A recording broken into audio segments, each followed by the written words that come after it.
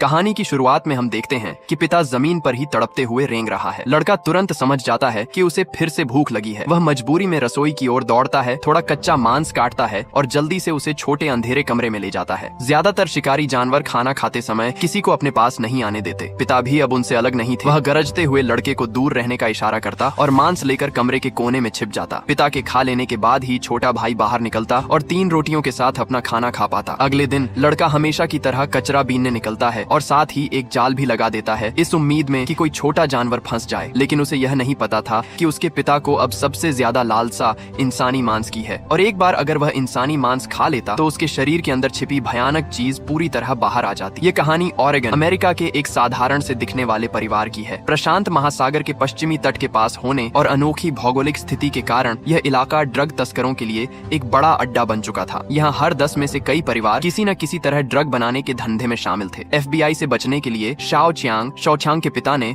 उसे स्कूल भेजना जारी रखा, जबकि खुद छोटे भाई के साथ एक पुराने खदान में पुरातत्व कार्य का दिखावा करते हुए असल काम छिपाते थे। उस दिन छोटा भाई हमेशा की तरह खदान के मुहाने पर पिता का इंतजार कर रहा था। मोबाइल फोन न होने की वजह से वह बोर होकर इधर उधर पत्थरों को ठोकर मारते हुए समय बिता रहा था। अचानक खदान के अंदर से आवाज आई, जिससे छोटा भाई घबरा गया और कार की तरफ भागा। उसने पिता से पूछा कि यह क्या आवाज थी। अकियांग ने कहा कि यह सिर्फ उनके काम की आवाज है। फिर वह दोबारा खदान में घुस गया। रास्ते में जमीन पर बिखरे कई हड्डी के ढांचे दिख रहे थे, लेकिन अकियांग और उसके साथी इस पर ध्यान नहीं दे रहे थे। वे सिर्फ अपने हाथों में पाउडर के साथ व्यस्त थे। बीच में दोनों को एक तेज चीख सुनाई दी, जिसकी गूंज खदान में कई सेकंड तक गूंजती रही। उन्होंने सोचा कि पुलिस आ गई है, इसलिए तुरंत बंदूक निकाल ली और आवाज की तरफ दौड़े। थोड़ी देर बाद अकियांग ने देखा कि खदान की छत पर कई हड्डियों की मालाएं लटक रही हैं, जैसे कोई पूजा पाठ या बलिदान का अनुष्ठान हो। उसी समय पीछे से फिर आवाज आई और शरीर से चिंगारियां निकलने लगी। चीख सुनकर छोटा भाई जो बाहर था कुछ नहीं समझ पाया। वह पिता की बची हुई गूंज के पीछे पीछे खदान की तरफ बढ़ गया। जैसे ही छोटा भाई पुकारने लगा, चिंगारियां उसके शरीर पर गिर गईं। स्कूल से घर लौटने पर छोटे स्ट्रॉन्ग ने देखा कि पिता पेट में दर्द से तड़प रहा है और खुद को कमरे में बंद कर रहा है। मुंह से लगातार खून टपक रहा था। अकियांग को महसूस हो रहा था कि उसका शरीर किसी चीज से नियंत्रित हो रहा है। उसने घबराते हुए बेटों से कहा कि वह सिर्फ बीमार है। फिर सावधानी से दरवाजे पर कई बड़े ताले लगा दिए। एक के बाद एक सलाह देने के बाद छोटा स्ट्रॉन्ग ने आज्ञाकारी बनकर पिता को कमरे में बंद कर दिया। उसके बाद घर में जोर जोर से दरवाजा पीटने की आवाज आने लगी। पिता नशा कर रहे नशेड़ी की तरह तड़प रहा था, लेकिन दोनों भाइयों को सबसे ज्यादा हैरानी तब हुई जब सिर्फ एक दिन में अकियांग बिल्कुल गंजा और बदहाल हो गया। खड़े होने की ताकत भी लगभग खत्म हो गई थी। फिर भी उसने पास खड़े छोटे बेटे को अंदर खींच लिया और दरवाजा बंद कर दिया। असल में अकियांग ने छोटे बेटे के खून की नस देख ली थी। उसे पता चल गया था कि वह भी संक्रमित हो चुका है। अकियांग अब किसी और निर्दोष परिवार वाले को नहीं फंसाना चाहता था। उसने पछताते हुए छोटे बेटे को भी अलग थलग कर दिया। लेकिन छोटा स्ट्रॉन्ग इस दृश्य से हमेशा के लिए ट्रॉमा में चला गया। इसके बाद क्लास में छोटा स्ट्रॉन्ग हमेशा उदास रहता और सिर झुकाकर डार्क स्टाइल की पेंटिंग्स बनाता रहता। मंच पर टीचर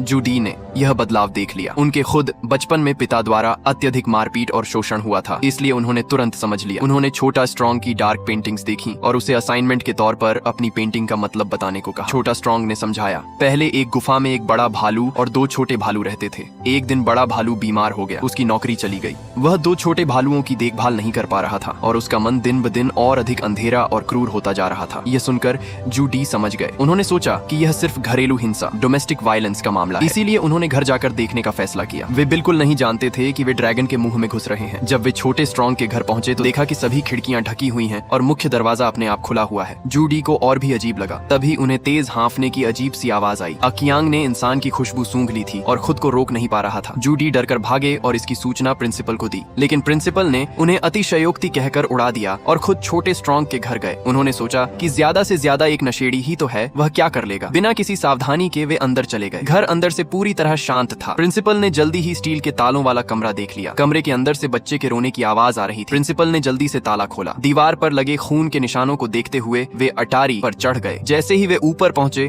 उन्होंने छोटे स्ट्रॉन्ग के गंदे और बदहाल छोटे भाई को देख लिया। अब वे और ज्यादा यकीन कर गए कि माता पिता हिंसक हैं। वे सोच रहे थे कि इसकी कड़ी निंदा करेंगे, लेकिन पीछे से भूखा अकियांग पहले ही तैयार था। उसने तेजी से प्रिंसिपल को गिरा दिया। प्रिंसिपल ने कभी ऐसी स्थिति नहीं देखी थी। वे चिल्लाते हुए दया की भीख मांगने लगे। उनकी उंगलियां एक एक करके अकियांग के दांतों से कटती जा रही थीं। पास खड़ा छोटा भाई आंखें फाड़े देख रहा था। पिता ने प्रिंसिपल को खा लेने के बाद उसका शरीर और लाल हो गया। इंसानी मांस जैसे कैटलिस्ट का काम कर रहा था, जिससे उसके शरीर के अंदर की की चीज तेजी से बढ़ रही थी। आखिरकार अकियांग के शरीर से चिकन पैरों वाली एक जैविक चीज फूट निकली। दूसरी तरफ शिकार न कर पाने वाला छोटा स्ट्रॉन्ग घर लौट रहा था कि स्कूल का गुंडा बुली उसे रोक लिया। गुंडा उसे मारने ही वाला था कि उसने पेड़ की डाल पर एक इंसान के सिर वाला जानवर बैठा देखा। छोटा स्ट्रॉन्ग डरकर भाग गया, लेकिन उसे लगा कि यह चीज उसके पिता ही है। घर पहुंचकर उसने देखा कि पिता गायब है। अटारी पर खून बिखरा पड़ा है और प्रिंसिपल की लाश पड़ी है। उसे पता था कि पुलिस जल्दी पहुंच जाएगी। पिता की रक्षा के लिए उसने सारा खून साफ कर दिया और आंगन में प्रिंसिपल की कार को छिपा दिया।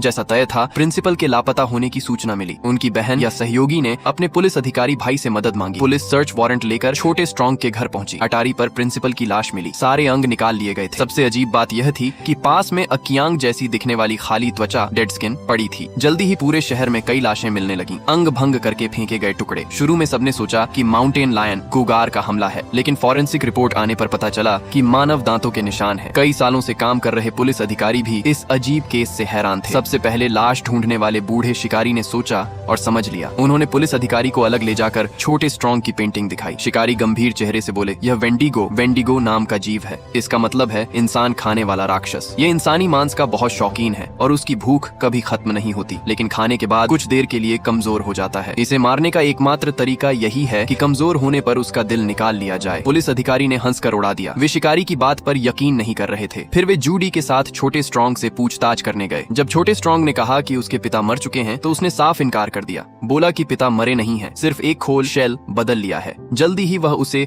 और छोटे भाई को खदान में ले जाएगा। अगर वह पिता को मांस देता रहेगा तो पिता हमेशा उनसे प्यार करते रहेंगे। छोटा स्ट्रॉन्ग इसलिए भी ऐसा कर रहा था क्योंकि उसकी माँ की असामान्य मौत के बाद वह किसी भी रिश्तेदार को खोने के दर्द को स्वीकार नहीं कर पा रहा था। तभी एक तेज चीख ने शांति तोड़ दी। बाहर गश्त कर रहे पुलिस वाले ने बंदूक निकाली और आवाज की तरफ बढ़ गया। कमरे के अंदर एक बॉक्स हिल रहा था। पुलिस अधिकारी ने पास जाकर देखा कि एक बच्चा जिसका चेहरा नीली नसों से भरा है, वही संक्रमित छोटा भाई था। जैसे ही पुलिस वाले ने साथियों को बुलाया, तेज पैरों वाला एक राक्षस उनके पीछे से आकर उनमें से एक की पीठ फाड़ गया। छोटा भाई सिर्फ पिता का चारा था। थोड़ी देर बाद पुलिस अधिकारी भी राक्षस के हमले का शिकार हो गया। कुछ मिनट बाद परिचित चिंगारियां पुलिस अधिकारी पर गिर गईं। इधर राक्षस पिता की गरज सुनकर छोटा स्ट्रॉन्ग ने छोटे भाई के रोकने के बावजूद बाहर भागकर परिवार वालों के साथ खदान पहुंच गया। जब छोटा भाई बिग डी बाहर निकला तो उसने देखा कि बड़ा भाई जमीन पर पड़ा सांस ले रहा है। उसने बड़े भाई के घाव को पट्टी बांधा, फिर बंदूक लेकर अकेला खदान में घुस गया। वह सोच रहा था कि पहले बड़े भाई की मदद से ही वह पिता के राक्षसी रास्ते से बच पाया था। भले ही बच गया, लेकिन डर उसके मन में कैद हो गया था।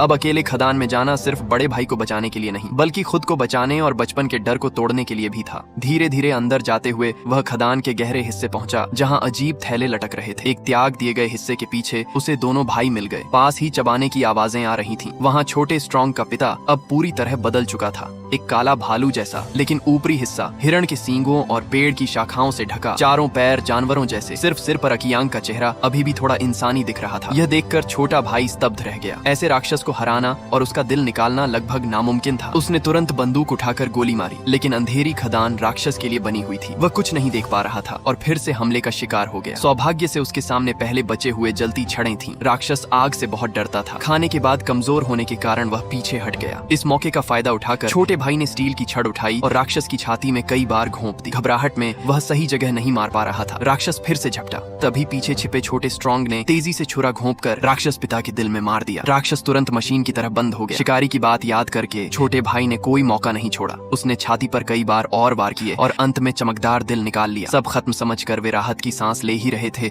कि पीछे से अजीब चीख आई। वेंडिगो अब छोटे भाई के शरीर में चढ़ गया था और उसके शरीर के जरिए दोबारा जन्म ले रहा था। छोटे भाई ने फिर छुरा उठाया, लेकिन छोटा स्ट्रॉन्ग भावुक होकर बीच में आ गया। बोला कि छोटा भाई सिर्फ बीमार है। वह आखिरी रिश्तेदार को खोना नहीं चाहता था, लेकिन बीमारी के आगे कोई कुछ नहीं कर सकता। जब वेंडिगो बाहर निकला, छोटा भाई भी मौत से नहीं बच सका। आखिरकार छोटे भाई ने दुखी होते हुए छोटे भाई की छाती में छुरा घोंपा और उसका दिल निकाल लिया। क्या वेंडिगो सचमुच मर गया? दूसरे दिन सूरज निकला। तीनों व्यक्ति शहर लौट रहे थे कि अचानक बड़े भाई की जोरदार खांसी शुरू हो गई। मुंह से भूरे रंग का खून निकलने लगा। लक्षण बिल्कुल शुरू के अकियांग जैसे थे। वेंडिगो जैसे राक्षस की कहानी आज के समाज को नुकसान पहुंचाने वाले नशीले पदार्थों जैसी है। एक बार लग गया तो खुद भी बर्बाद और परिवार भी। इसलिए हमें फर्क समझना चाहिए, लालच से बचना चाहिए और इन हानिकारक चीजों से दूर रहना चाहिए।